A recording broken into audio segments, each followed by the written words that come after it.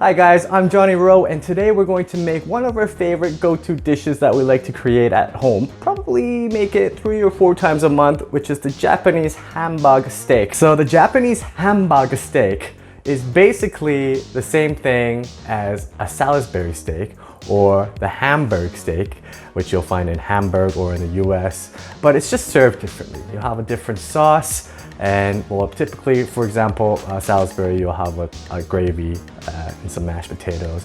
The Japanese typically have the Hamburg on a better rice. It's delicious with rice, and the sauce is different. You get this Tonkatsu based sauce, and it's oh, yummy. I'll show you how to make it. So that's kind of the difference. I don't know, I've never been to Hamburg, Germany. I've never had a Hamburg steak there, so I don't know exactly what they serve there, but I'm gonna show you how to do it the Japanese way, because I have a Japanese wife and I've been to Japan 5 times and I just know what this stuff tastes like. It's delicious and it's really easy to make. So I know I might be a Korean guy, but I can make it authentically. So here, come on, I'll show you how to make it. First thing we're going to do is cut the onion. Here's a tip: when you cut the onion, keep the root intact because it'll hold all the layers together. If you cut that root off, then all the layers are gonna be falling all over the place and it'll be harder to get these small dices. So keep it intact. I'll show you here.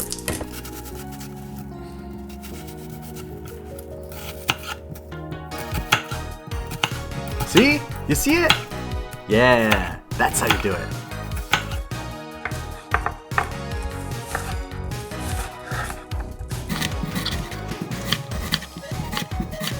You want to hear this awesome joke about cutting onions? It'll have you in tears. Oh, I'm crying a lot, you know.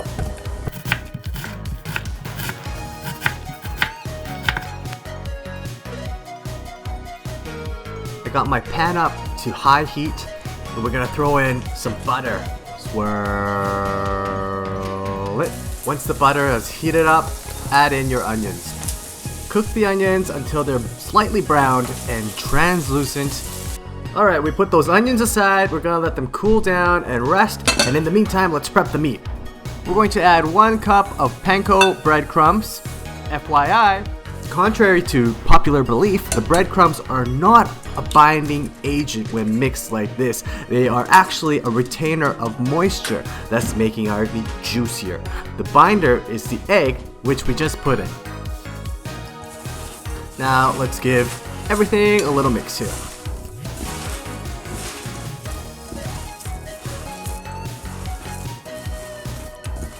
Give the meat a nice seasoning of salt. And then add all your cooled, buttery onions.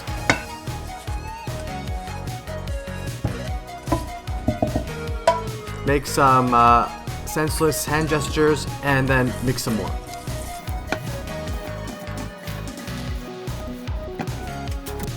Great, now form the meat into a ball. Smack it around a bit. It helps to get the air out. And then form it into a nice fat patty.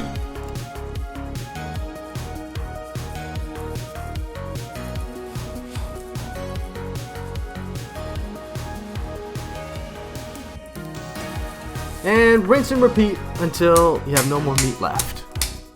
Good meat, good meat, good meat.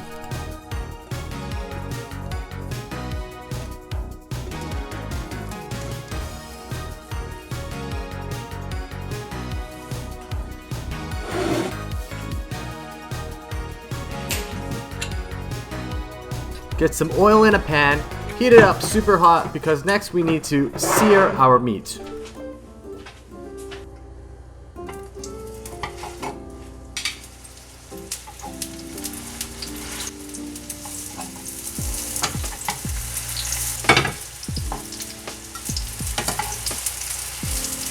Don't flip here, be patient, let it do its thing, get nice and brown, and let the caramelization happen. And then flip it when you think it's brown and not burned.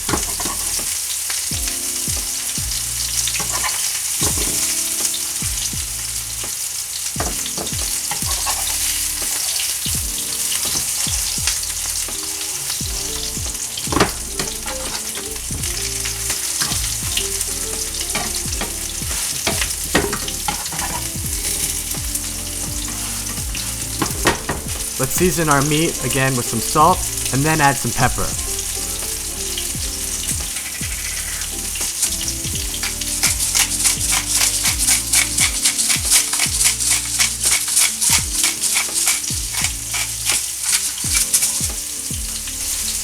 Get a nice sear on the other side, and then once you think it's nice and brown and caramelized on the second side, we're gonna add some water. You want the water level to reach about halfway up the height of the patties. Once the water is boiling, drop the heat to medium-high and let the water reduce. After 3 to 4 minutes, give the hamburger a flip. Oh, and very important, do not fully reduce the liquid as we need to keep some of that delicious meaty juice to make our sauce. Once the liquid in the pan has reduced to almost like a syrupy state, the hamburger should be done. All of that greasy, beefy, oniony, oily goodness in that pan is gonna create this awesome base for our delicious, delicious, delicious sauce that we're going to make here. First thing you want to do is put in some butter.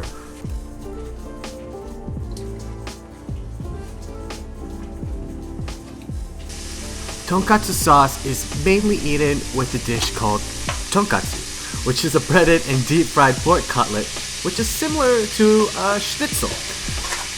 If you're curious about the flavor of Tonkatsu sauce, the quick answer is that it's almost like a Worcestershire sauce, but thicker. However, in my opinion, it's so much more. So what we just did there is we added 2 parts Tonkatsu sauce to 1 part ketchup in that meaty, greasy base that we had. And now we're just gonna stir this all together, and that's your sauce. That's it. And it's a wonderful, glazy, flavor-packed sauce that has to go with this dish. Just because this is a Japanese-style dish doesn't necessarily mean that it has to be eaten with rice. Feel free to enjoy it with your potatoes or mashed potatoes or whatever you might have accompanying this. It'd actually really be good for a really nice hamburger as well. So you can definitely impress your friends by making these as patties, and instead of just squirting on some ketchup, why not try the sauce that we made? It's delicious. All right, now let's give this a try. Let's break this open. Get some of that sauce on top. Looks really delicious. It smells really good. Make sure you make the sauce. The sauce, it just like completes the dish. It's so good. Okay. Awesome. I could just eat this. It's delicious. Don't make meatloaf on Sunday. Try this Japanese hamburg out instead.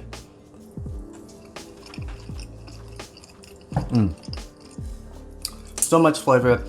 The inside is soft. It's tender. It's really delicious. You get a little textural bites of onion, and like I said, this sauce is amazing. Put some on a plate. If you want some more, give it a dip.